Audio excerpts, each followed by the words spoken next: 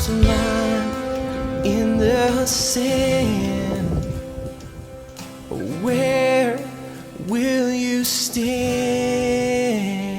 All right, Hanok, the miles separate us once again. Here we are, Well, the Franklin, North miles, Carolina to Modaine. the change of time, back to 7 hours.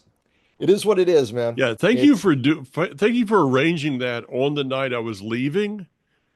it Okay, wasn't easy. It was not easy, Mike. I have to tell you. yeah. So, not only did I have to get up at 3 a.m. in the morning to get to the airport, so I do appreciate you going to all those extremes to make my life more interesting. Hey, hey, Israelis are so hospitable. What can we say? Yeah. Yeah. So, hey, I got a question for you. Sure, far away. Um, it doesn't really, hopefully I'm wrong, but it doesn't really appear that anybody's even kicking the can right now. They're just kind of staring at it. Is that, It, it's among the most bizarre things. In the wee hours of the morning when I'm not sleeping and I'm sitting there and I'm thinking, you know, Trump has been president of the US now since the 20th of January. yeah, What happened to all those threats? If the hostages aren't released by the time I'm yeah, president, XYZ is going to yeah. happen. Nothing. Meanwhile, of course, people are readily distracted by internal Israeli politics and left-wing demonstrators. And it's fascinating because there are all these massive demonstrations in Israel. It's the same people demonstrating. Now, understand something though. One week, they're carrying signs, make a deal, free the hostages at any cost. The next week, same people are holding signs saying you can't fire Ronen Bar, who is the head of the Shin Bet, the Internal Security Service, Uh, who the same people are now saying, XYZ about our Supreme Court. This is the left-wing undercurrent that has been funded by the Biden administration. Okay, so we've got all these things going on. Um, but literally, we are like today, I know we went into Rafah. Very little press about it. yeah, Very little press about it. Now, there are so many things going on. I don't know if you can see, but behind me is a large closet. yeah. And on top of that closet, I have been stacking books. Why do you stack books there, Hanoch? Well, because when you've got five bookcases already in this little apartment, there's no room for anything else. But guess what? When you put 250 books on top of a very thin plywood, now I don't know about construction. And right now, I wish I had Daniel Clayton sitting right next to me explaining all this. But guess what? It busted through, it collapsed. As we say in ancient Aramaic, no bueno. Right before Pesach, what am I going to do with all these books?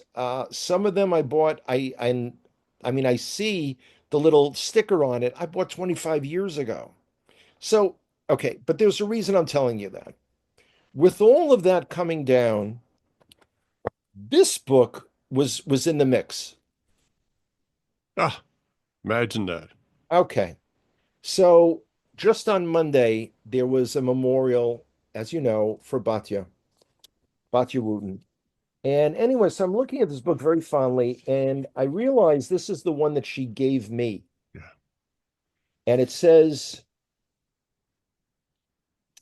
to my long awaited and yearned for brother from Judah, Hanoch, with much love, Batya, Isaiah 11.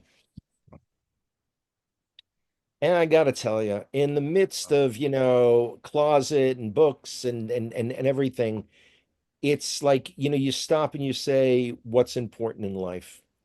Now, one of the other books that came tumbling down, you know, um, was a book written by Rav Chaim Druckman, who passed away just a few years ago, one of the leading rabbis of the religious Zionist movement here in Israel. And in just opening up a little bit, he's talking about the process of the final redemption. And he's talking about how it's seemingly like a stop start. It's both light and darkness, intertwined, interspersed. And it served as a really good reminder because all of us are trying to look and map out trends. And as I've kind of scheduled the first 12 of my upcoming speaking events in the summer, I don't know how many more there'll be. We'll see. Um, excuse me, let me turn this off. Oh, sorry about that. That's about one of the speaking engagements. That's a call from America. I'll have to call them back. Um, one of the things that's fascinating is when I've been traveling to the States and updating people on things. In the winter, it was right after Assad fled Syria, Yeah. and I was talking about the dangers of Turkey being involved in Syria. And people were busy applauding that Assad had fallen. And I said, guys, it's just a different jihadist. Yeah. So now we've got a grave concern that Turkey is going to take over an air base in Syria, Oh, which would seriously restrict our freedom of operation. Turkey, remember, is a NATO country. I mean, this is all complicated. Meanwhile, you've got news reports that America keeps sending military assets here to the Middle East. What's going to happen with that? We don't know.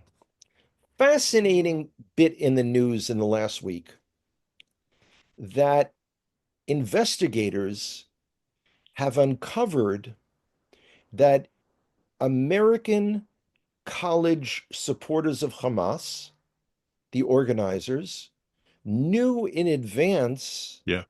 that the attack was going to occur. Now, when this popped up, someone wrote me and said, Hanoch, you came here in January. It was not this past January, the January, first January after the war started. And you said to us that they knew in advance and they were prepared. How did you know that? And it's only so much later that that things are pointing because I have an advantage that none of y'all had. I was involved in demonstrations in New York City. Oh, yeah. I know what it takes to get a permit, not that I ever did, from the NYPD to have a demonstration.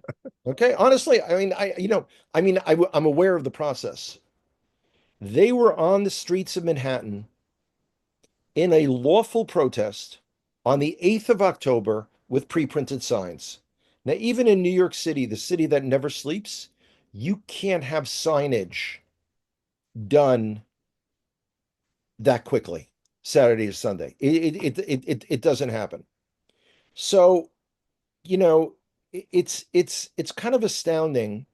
What's also amazing, and I'm going to flesh this out more and what it means for Americans and what it means for people who view themselves as Messianic Hebrew roots or even major denominational Christian, is the fact that there have been demonstrations in Gaza.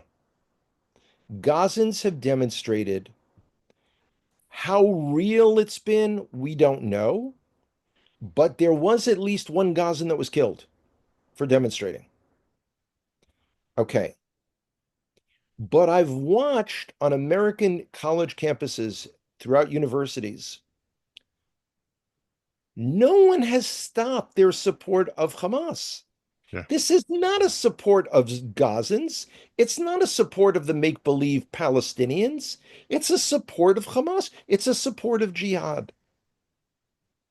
And this is what's astounding, that it doesn't matter to anyone. Yeah. And one of the big things I'm going to be firing flare guns off in the sky to my American friends is y'all got to get involved politically. Now, when I say politically, I don't just mean the elections for your senators, your congressional representatives, and the president.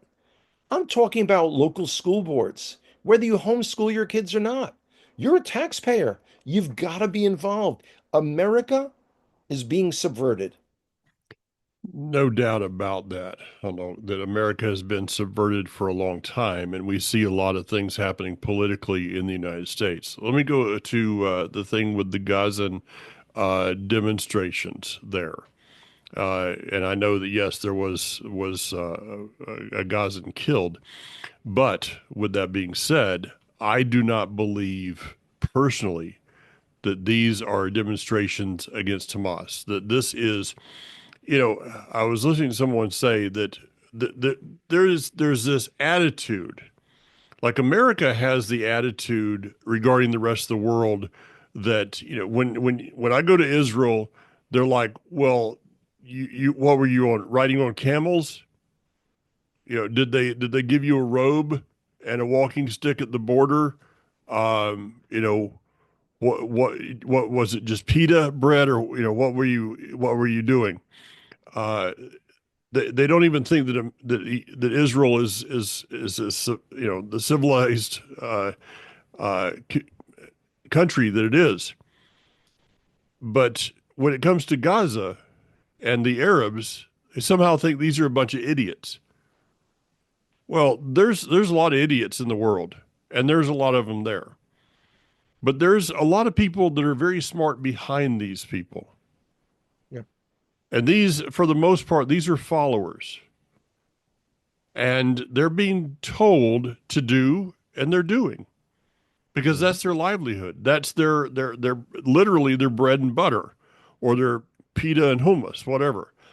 Um, so I personally believe that these Hamas demonstrations in Gaza are a farce, and they are basically there to bring forth um, sympathy for the situation in Gaza. There's nothing Agreed. truthful about it. Agreed. But that doesn't change the fact that the world is being Yeah, fed an image that Gazans don't want Hamas, and the terrorist supporters on university campuses are still they're still yeah, wearing the Hamas and Hezbollah headbands, which is fascinating. yeah. But Oh, yeah. it's what's intriguing is okay. I'll give you a vignette about Israel because people are saying like there's a misconception. There's a misconception that we're living in shelters. Now, a number of the ballistic missiles in the last few weeks have caused an alert in Modi'in. And the danger is not from the missile hitting us, but rather as it's intercepted the debris field. Okay. But I listen to the sirens and I take the appropriate shelter for the appropriate time, but I'm not afraid. And I'm not afraid because I'm stupidly brave, but it's a sense of knowing what our defenses are compared. Now, having said that, there is a interwovenness between living life and acknowledging the horrors around us. And I'll give two personal examples. One's personal, the other is just something I came across. So there's a Facebook group um, for Modi'in where people write stupid stuff in English. And then there's another one for the Hebrew speakers, Modi'in Shalano, our Modi'in. And I look at it occasionally to see, because occasionally they write on different topics, and I also kind of practice my Hebrew. But I came across something, and I even translated it just to make sure I wasn't missing it. And it was a mother from the city who had gone to one of our local banks to close out the account for her son, who was killed in Gaza in action a few months ago. And she's talking about her feelings. Of course, the bank clerk expressed her sympathy, but she said, should she have asked how my son was killed or not? I don't know. And the money was the money he was saving for a trip here and for a car there and for school there. And it just, and it's a reminder that it's not just a fatality, it's an entire life and series of relationships that will never happen. And then I read that there are more than 1,500 serious hardcore rehab injuries Yeah. that our soldiers are going through. Yeah. Okay. So at the same time, my daughter Ayala, Baruch Hashem, gets engaged. And people are asking, so when is the wedding? We don't know yet. Why don't we know yet? Because Yossi and his unit, he's a combat medic in Golani, is being called up for Miluim, reserve duty, approximately beginning of June to beginning of August. And then, of course, you have to find either a restaurant or a catering hall or something. But it's the dichotomy of the ultimate joy coupled with the responsibilities of what's going on around us. And it's remarkable. And I have said this before, and I will maintain this position. I think Israeli society is going to be changed forever. Oh yeah. No doubt. And it's interesting. Just this morning, the results, the commission of inquiry that looked into the Nova Festival was released Mm. of how many hours it took for the army and police to respond. I mean, and they and the thing is, Hamas stumbled upon Nova. The Yeah. location of the Nova Festival was changed 2 days before. Yeah. They were flying over in paragliders. They saw it, they radioed in, and it was, I hate to say it this way, it was like a turkey shoot. It Pretty was much. it was horrific. Yeah. There were a handful of armed guards who fought to the last bullet, and anyway, so all of this going on, tourism is beginning to come back. You can see it. I see guides with people. I myself have a tour at the end of April, a 10-day tour. It's beginning to come back. It's going to take a while. Yeah. It's going to take a long while. Yeah.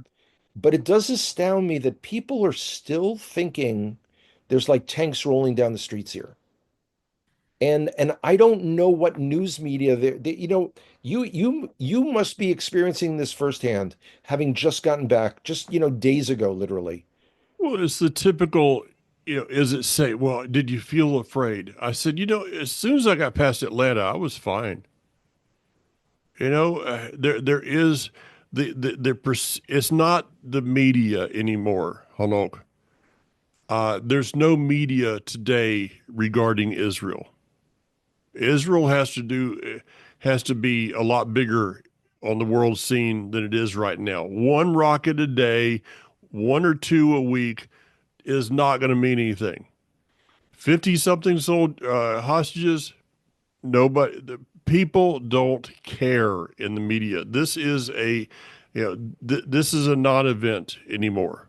Why? Because as I said, all it seems like Israel is doing is staring at the can right now. So there's nothing being produced there that is newsworthy. Okay. I don't get as many emails, notes, or Facebook messages as I tend to imply that I do. Like also, well, someone asked me. So this is like one or two in a week. Yeah. But consistently, and when I was in America, one of the questions that I got other than was, I heard that President Trump is building the third temple, et cetera, et cetera. I heard that anyone who considers themselves an Ephraimite is going to be allowed into Israel now. Why now? I don't know. Okay. But here's the other one. Hanoch, why don't you tell us what you know about the para aduma, the red heifer? And you'll notice something. You'll notice something. Topic I've never speak about. I'm all into the temple. Why don't I talk about it? Well, besides the fact that it's now appearing that they're currently not Yeah. qualified. Yep. Okay, but my focus has always been the things that we can be involved with. I can hope the Parah Adumah, the red heifer, appears. I can pray for it. I can whistle Dixie to it. But when I ascend the Temple Mount and when I prostrate in prayer, which with Hashem's help, now the Temple Mount is open Yeah. to, here's the thing. So my buddy Zevi, who gives me a ride into Yerushalayim, Jerusalem, was wearing the shirt. I have the same one that says, Guardians of the Beit HaMikdash on the back. The Arab media took a picture of it and they posted it in their thing saying, a settler,